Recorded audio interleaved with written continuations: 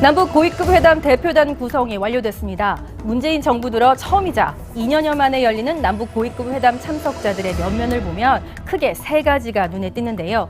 모처럼 만에 분 훈풍은 잠시 스쳐 지나가는 봄바람일까요? 아니면 정상회담, 특사 파견으로까지 이어질 수 있는 중요한 초석이 될까요? 집중 진단합니다.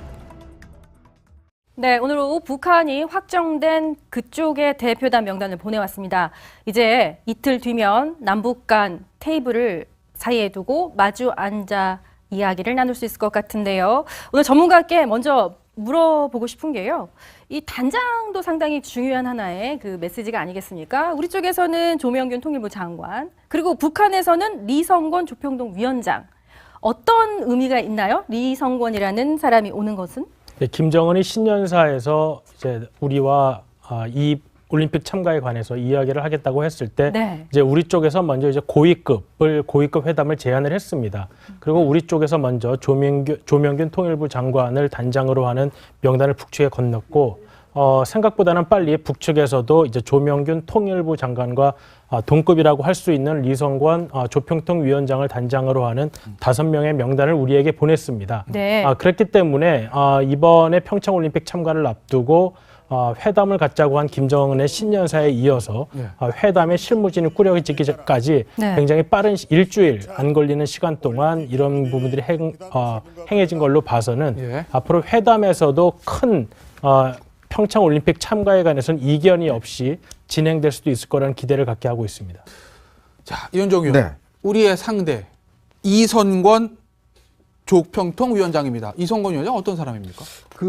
아무래도 북한에서 이제 보면 그 회담 일꾼이라고 합니다. 회담 일꾼이요. 왜냐하면 이제 북한 같은 경우는 남북 회담을 위해서 전문적으로 회담만 하는 이런 사람들을 많이 키우죠. 네. 이제 그 사람 중에 한 사람입니다. 그러니까 김영철 전 정찰국장의 측근으로 알려졌고 지난번 이제 여러 가지 회담에 이제 배석을 했던 그런 상황인데 이번 같은 경우에 이제 회담 위원장으로 이제 나서게 됐죠. 그리고 나온 전종수 조평통 부위원장 같은 경우는 이 아버지가 전일철 전 북한 외무성 부부장입니다. 그다음에 거기에 이제 아들인데 이 사람도 마찬가지로 또 그동안 회담 일꾼으로 커온 사람입니다. 그리고 이제 원기루 체육성 부상 같은 경우는 현재 지금 북한의 그 체육 관련된 그렇죠. 체육 관련된 사람이요. 노태강 문체부 차관의 그렇습니다. 거기 카운터 파트너죠. 황충성, 리경식 이쪽 같은 경우는 이제 조평통 부장이라고 했는데 실질적으로는 아마 통전부 소속으로 이제 알려져 있습니다. 통전부 소속이다. 그만큼 이제 북한의 어떤 핵심적인 부처에 있는 사람들이죠. 그런 걸 보면 북한 측이 이번에 이제 구성된 걸로 보면 대부분 회담 전문 요원들입니다.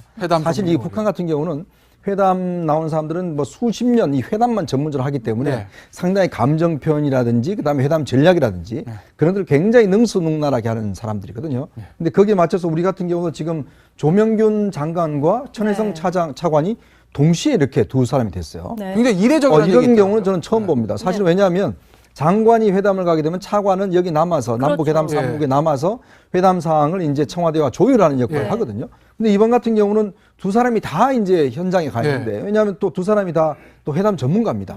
회담을 많이 해왔고 이제 그런 걸로 비춰봐서 이번 회담 같은 경우는 실제 우리가 이제 청와대나 국정원에서 뒤에서 어떤 훈령을 통해서 회담을 좌지우지하기보다는 실제 현장에 좀 판단하는 그 역할을 많이 준 것 같아요. 다시 말하면 진두지휘하는 사람을 남겨둬야 되는 거 아니냐는 이런 비판도 일지만 역으로 말하면 현장에서 회담에 임하면서 스스로가 또 순발력을 발휘해서 할 수 있는 자율권을 좀 준다 이렇게 볼 수 있는 거죠. 왜냐하면 조명균 장관은 아시겠지만 통일부에서 뼈대가 굵었고 또 이제 청와대에 가서 정상회담에도 참가를 했었고 천혜성 차관도 마찬가지입니다. 그 남북 회담에서는 항상 우리 대표적으로 많이 참석했었기 때문에.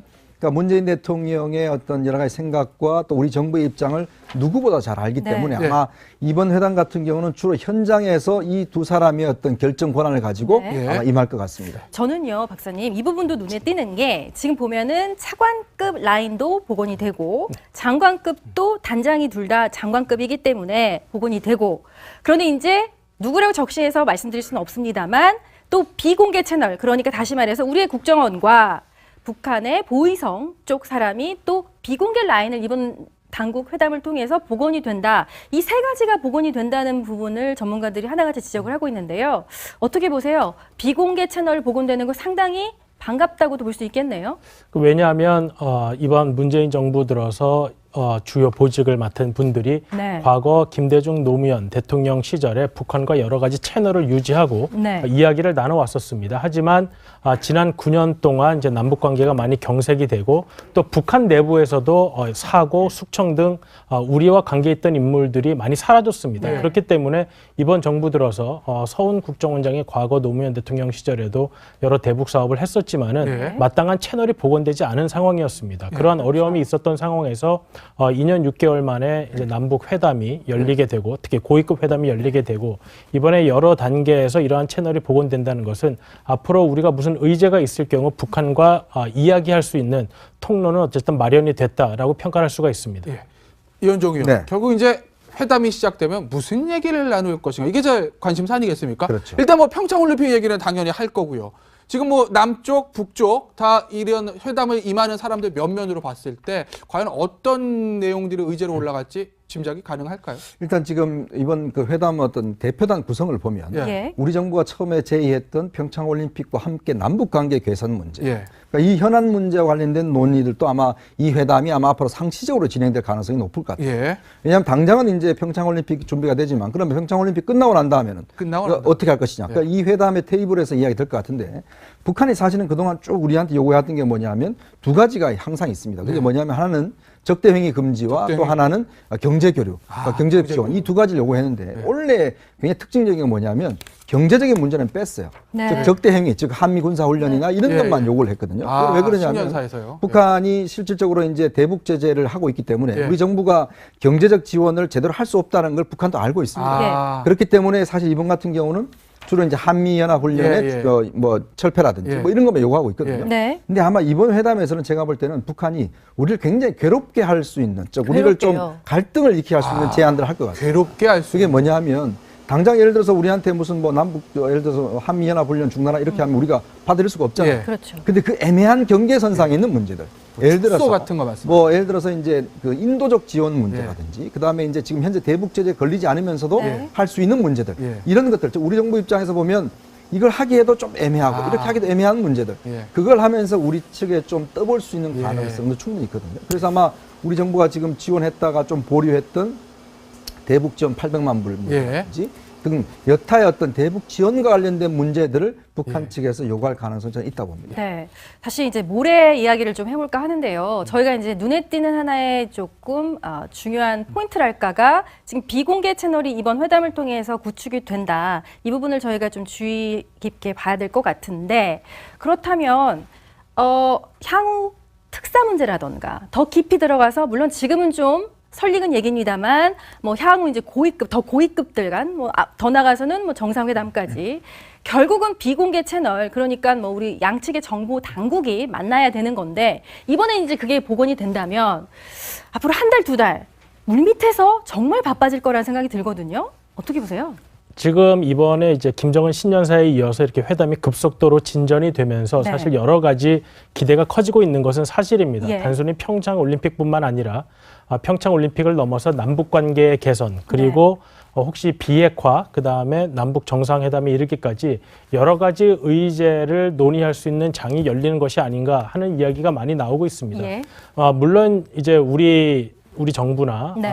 이번 정부에 가까운 분들 쪽에서는 김정은의 어떤 생각을 바꾸기 위해서는 정상회담이 좀 필수적으로 필요하다. 네. 적어도 특사를 보내서 김정은의 생각을 읽어보는 것이 필요하다라는 의견이 많이 나오고 있는 상황입니다.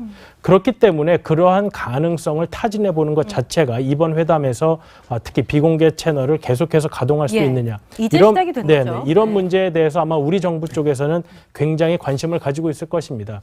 하지만 그 김정은 신년사에서 보더라도 북한이 핵무장을 하는 것과 이번 평창 올림픽 하는 것은 굉장히 구분을 해서 네. 예. 이야기를 했기 때문에 이번에 북한을 대표해서 나오는 대표단이 과연 어느 정도까지 우리의 그 뜻에 맞게 회담의 여러 가지 의견 그리고 북한의 의사를 전달해 줄지는 아직은 미지수라고 할 수 있겠습니다. 네. 물론 이제 평창을 매개로 한 회의고 회담이긴 하지만 눈에 띄는 게 또 하나 있죠. 그러니까 우리 쪽에서도 국방부 인사가 들어가지 않고 저쪽에서도 전혀 군하고 연관이 없는 사람들만 보내는 건데 그렇다면 이번 회담에서는 정말 둘 다 잘 해보겠다라는 의지가 벌써 익힌다 이렇게도 볼 수 있지 않을까요? 글쎄요. 일단 뭐 지금 현재로 봐서는 이제 아마 김정은이 평창 문제는 직접 이야기를 했기 때문에 예. 그거에 대해서는 뭐 적극적으로 나올 가능성이 있지만 여타의 문제에 대해서는 제가 볼 때는 뭐 그렇게 전망이 이렇게 밝지는 않습니다. 네. 왜냐하면 결국 지금 미국에서도 여러 차례 이제 이야기를 했지만 과거의 실패를 되풀이하지 되풀이하지 말아야 된다라고 이제 트럼프 대통령이 문재인 대통령 이제 전화 통화에서 이야기를 했지 않습니까? 네. 그건 뭐냐면 결국은 북한의 어떤 전략이라는 게 이번에 좀 눈에 보이거든요. 사실 예. 이제 남북 대화를 통해서 뭔가 제재의 어떤 좀 느슨하게 만든다든지 또 네. 한미 간의 균열을 일으킨다든지 또 그 실제 군사회담의 어떤 연기나 축소 네. 이런 것들을 실질적으로 얻는다든지 이런 거 예. 아니겠습니까? 자, 그런 상황에서 우리가 덥석 문제에 대해서 만약에 북한과 많은 다양한 주제에 대해서 이야기를 할 경우에 네. 사실은 북한이 노리고 있는 거기에 페이스에 말려들어갈 가능성이 있다는 것이죠. 예. 그렇기 때문에 이제 미국에서도 이번에 어떤 남북 회담의 의제 자체는 예. 일단 평창으로 했으면 좋겠다라는 게 평창으로 제가 했으면 알기로는 그런 내심이 어떤 있는 예. 것 같아요. 왜냐하면 네. 너무 주제를 확대해 버리면 예. 여기에 결국은 미국이 개입할 수밖에 없고 만약에 우리 입장도 마찬가지로 그러면 그 회의하면서 우리 측 입장이 있어야 될 텐데 예. 그러면 현실적으로 지금 하고 있는 대북 제재나 이런 것들은 그럼 어떻게 다 하느냐. 철폐할 수밖에 없는 상황이 되지 않겠습니까? 그렇지만 우리가 지금 524 제재도 하고 있죠. 개성공단도 지금 폐쇄했죠. 자, 그런 상황에서 우리가 줄 수 있는 카드는 별로 없거든요. 예. 그래서 아마 이번 정부는 일단 북한의 의도를 좀 타진하는 아마 그런 쪽에서 의도를 타진하는. 이번 회담은 정도의 어떤 가이드라인을 삼지 않을까 네. 싶습니다. 일단 남북 관계에 훈풍이 분다는 어떤 그런 관측이 있긴 한데 전혀 반대 얘기도 있습니다. 아직까지 조심해야 된다. 고비는 남아 있다라는 전문가 얘기들이 있는데요. 그 얘기 잠시 들어보겠습니다. 오는 9월 9일 정권 수립 70주년을 전후해서 북한이 위성 발사라는 미명하에 새로운 이제 장거리 탄도로켓을 시험 발사할 가능성이 있습니다. 그렇게 되면은 미국은 또다시 유엔 안보리에서 보다 강력한 대북 제재를 채택할 거고요. 그러면은 북한은 그에 반발해서 태평양에서 소폭탄 실험을 감행할 가능성도 배제할 수 없습니다. 저거 엄청나게 무서운 얘기잖아요. 그런데 지금 그러니까 2월 9일과 9월 9일이 상당히 고비가 될 수 있다. 정확하게 두 가지 날짜를 주셨는데 한 번 더 설명해 주신다면 북한의 도발 가능성 때문인 거죠? 그러니까 왜냐하면 김정은이 신년사에서 평창 올림픽에 참가를 하고 네. 이것이 뭐 한민족에게 굉장히 중요한 일이고 그렇기 때문에 성공적으로 치러지길 기대한다고 했지만 또 그 같은 신년사 안에서 앞으로 핵무기를 대량 생산해서 실전 배치하겠다. 예. 그것이 올해 목표라는 점을 분명히 했습니다. 네. 그래서 대량 생산해서 실전 배치하기 위해서는 사실 아직까지도 남아있는 몇 가지 단계들이 있습니다. 예. 그렇기 때문에 지금 그 화면에서 보셨듯이 정성장 박사께서 말씀하셨듯이 어떠한 실험 등을 계속할 가능성이 있는데 그것이 이제 북한군 창건 70년이 되는 2월 9일 2월 8일이죠? 네, 2월. 네. 그 다음에 정권 수립 70년이 되는 9월 9일 이러한 네. 시점에 북한이 또 다른 테스트를 할 가능성은 여전히 남아 있다. 평창 올림픽 참가 때문에 북한이 핵무장에 필요한 여러 가지 도발을 안 할 가능성이 높아졌다라고 말하기는 여전히 어려운 상황인데 이렇게 판단을 하고 있는 것입니다. 네. 일각에서 미국의 북한에 대한 군사 조치 중에서 코피 작전이라는 것을 얘기하는 사람이 있었습니다. 뭐 지금 남북 관계의 개선에 훈풍이 불고 있긴 한데 아직도 그 코피 작전은 유효하다. 이런 미국의 분석이 있는데요. 그 얘기 잠시 들어보겠습니다. Preemptive. No, I wouldn't say zero. I wouldn't say zero. There's a lot of talk in Washington about the idea of a so-called bloody nose, of trying to find some military strike to punish North Korea and scare them. Under 5% at the moment, but what do you think would be the tipping point to seriously consider that option? If North Korea threatens to transfer their capability to another, like to Syria, or transfer their missiles or their weapons abroad too much, if they are too aggressive. 네, 그들이 호전적이라면 계속된 호전적인 행위를 한다면이라는 전제 조건을 달았고 훈풍에 대한 찬물은 아니지만 이 대화를 어떻게 보면 굉장히 조심스럽게 낙관한다 내지는 조심스럽게 비관한다라는 분위기도 저는 읽히거든요. 그러니까 미국 쪽에서는 지금 일단은 올림픽을 매개로 대화하는 것은 좋지만 결국은 북한의 도발은 계속될 것이다. 브레이크드루는 없을 것이다. 이렇게 보는 게 맞을까요? 그렇다면 우리랑 상당히 시각차가 여전히 있는 거네요. 그러니까 우리도 일단은 기대와 가능성이 좀 다른 말 같은데요. 네. 예. 이번에 이제 올림픽을 매개로 한 남북 회담이 남북 관계 개선 또 비핵화 회담까지 이어졌으면 좋겠다는 기대를 가지고 있지만 네. 과연 현재 북한의 태도로 보았을 때 그럴 가능성이 높으냐 하는 예. 것은 다른 문제인 것 같습니다. 네. 그에 반해서 이제 미국은 과거의 실패를 되풀이해서는 안 된다는 말도 했듯이 예. 북한이 협상으로 나온다는 것 자체에 대한 기대감이 굉장히 적은 것이 사실입니다. 예. 왜냐하면 지금 북한이 작년에 해온 일련의 실험들을 보았을 때 북한이 그것들을 갑자기 포기하면서 특히 네.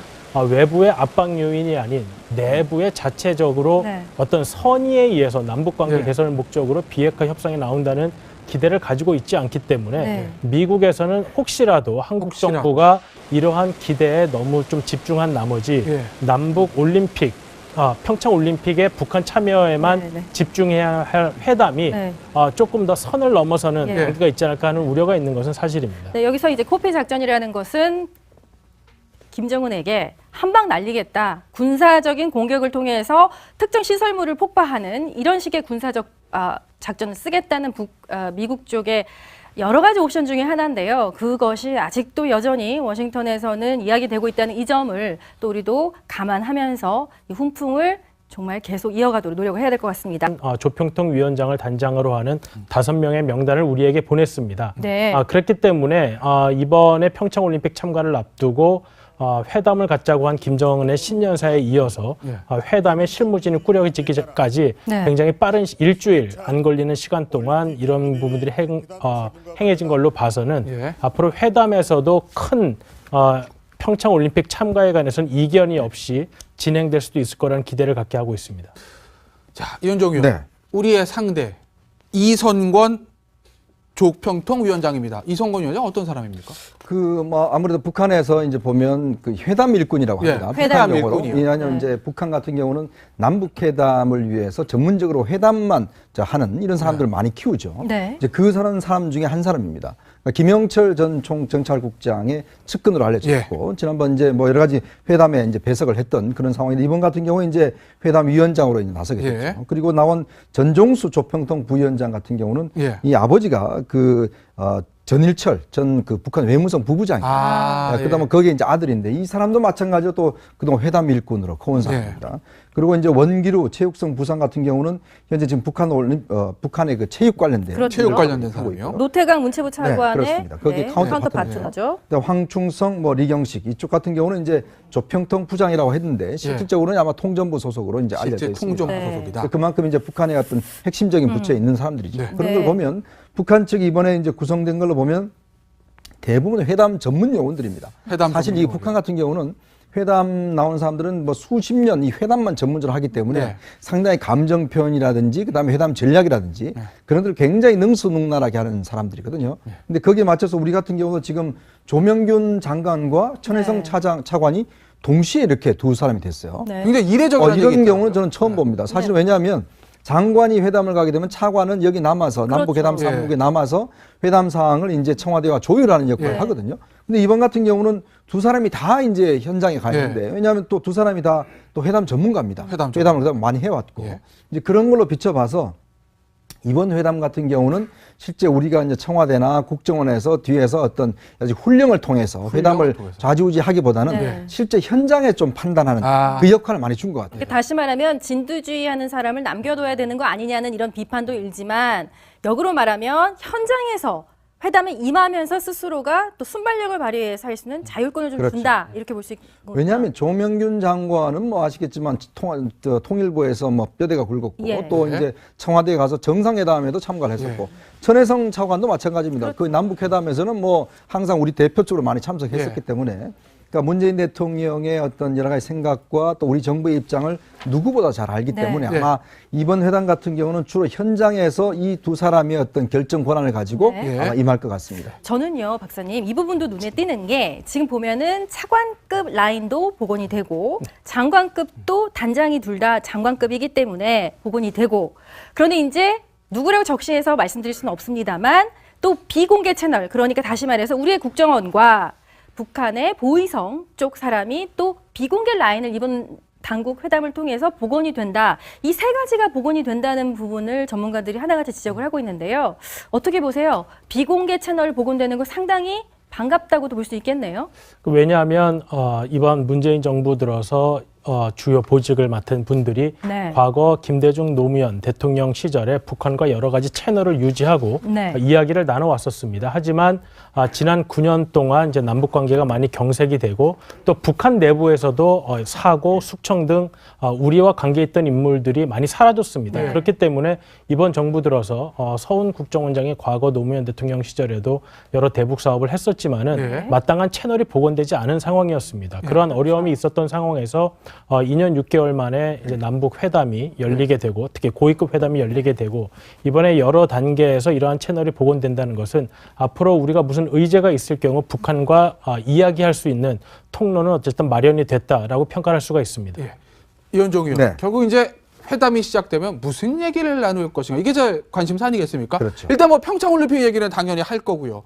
지금 뭐 남쪽, 북쪽 다 이런 회담을 임하는 사람들 면면으로 봤을 때 과연 어떤 내용들이 의제로 올라갈지 짐작이 가능할까요? 일단 지금 이번 그 회담 어떤 대표단 구성을 보면 예. 예. 우리 정부가 처음에 제의했던 평창올림픽과 함께 남북관계 개선 문제, 예. 그러니까 이 현안 문제와 관련된 논의들도 아마 이 회담이 아마 앞으로 상시적으로 진행될 가능성이 높을 것 같아요. 예. 왜냐하면 당장은 이제 평창올림픽 준비가 되지만 그러면 평창올림픽 끝나고 난 다음에는 끝나고 난 남북 고위급 회담 대표단 구성이 완료됐습니다. 문재인 정부 들어 처음이자 2년여 만에 열리는 남북 고위급 회담 참석자들의 면면을 보면 크게 세 가지가 눈에 띄는데요.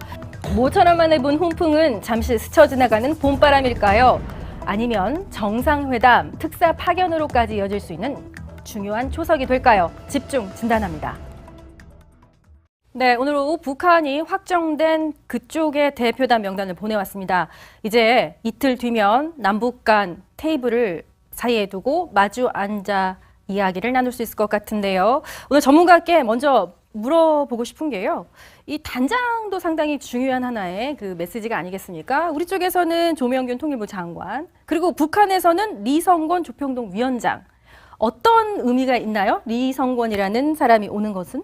네, 김정은이 신년사에서 이제 우리와 이 올림픽 참가에 관해서 이야기를 하겠다고 했을 때 네. 이제 우리 쪽에서 먼저 이제 고위급 회담을 제안을 했습니다.